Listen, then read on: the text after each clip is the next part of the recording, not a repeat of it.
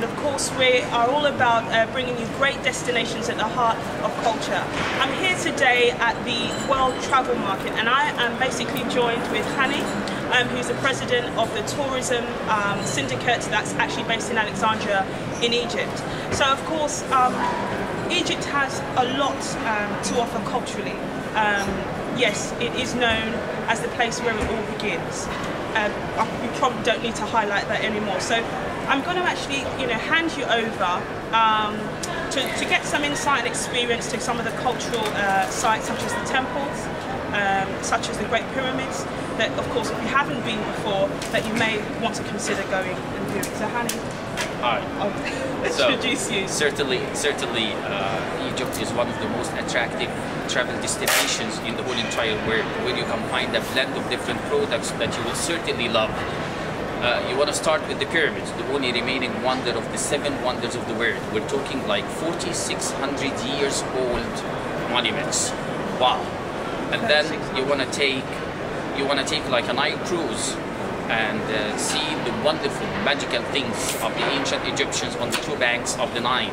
You want to go to the Valley of the Kings. You want to see all the temples, the great ones, the Karnak temple, which is the largest in the world, covering 64 acres. You want to go to the Luxor temple.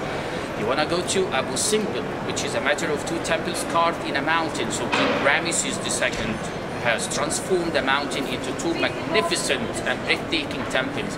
You want to maybe relax on the beaches of the Red Sea, go to one of the fantastic cities there, like Sharm el-Sheikh or Hurghada. You might pass by Alexandria and see the fantastic library of Alexandria. Egypt has it all. Egypt promises you a wonderful trip of a lifetime there.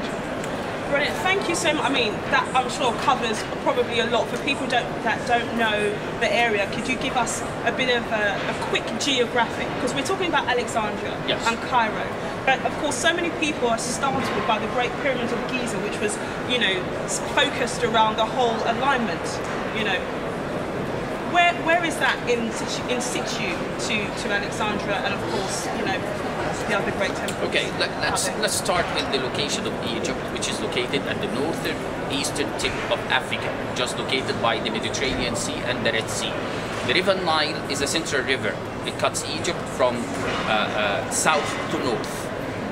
Just close to the Mediterranean, you find Cairo. But Alexandria is located directly on the Mediterranean, just something like 200 kilometers away from Cairo. So it is very possible to take a drive to there. You can do like an overnight in Alexandria, or you can even do like an overnight trip to there. I would suggest that you want to fly from Cairo to Luxor. Luxor is about like 700 kilometers to the south of Cairo. The flight takes it easily in 1 hour, and from there you can start taking your night cruise heading to Aswan to the south.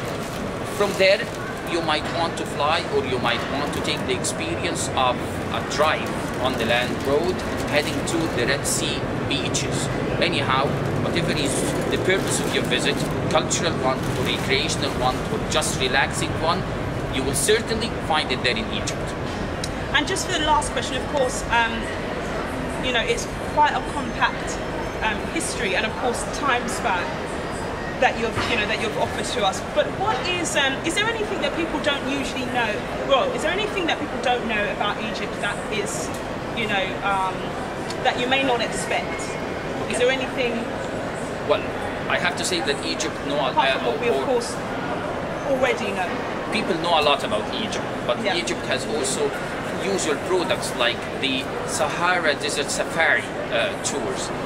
You can also move between the different oases of Egypt and the Egyptian deserts there, which is beautiful.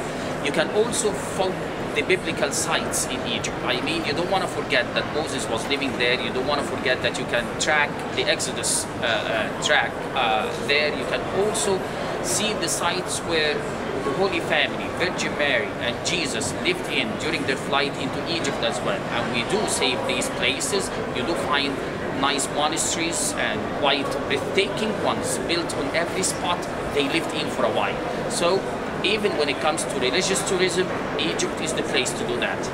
Right, thank you. Well, you've heard it from, not only where it all begins, but from the heart of culture. So thank you so much. Thank you very much. Thank you.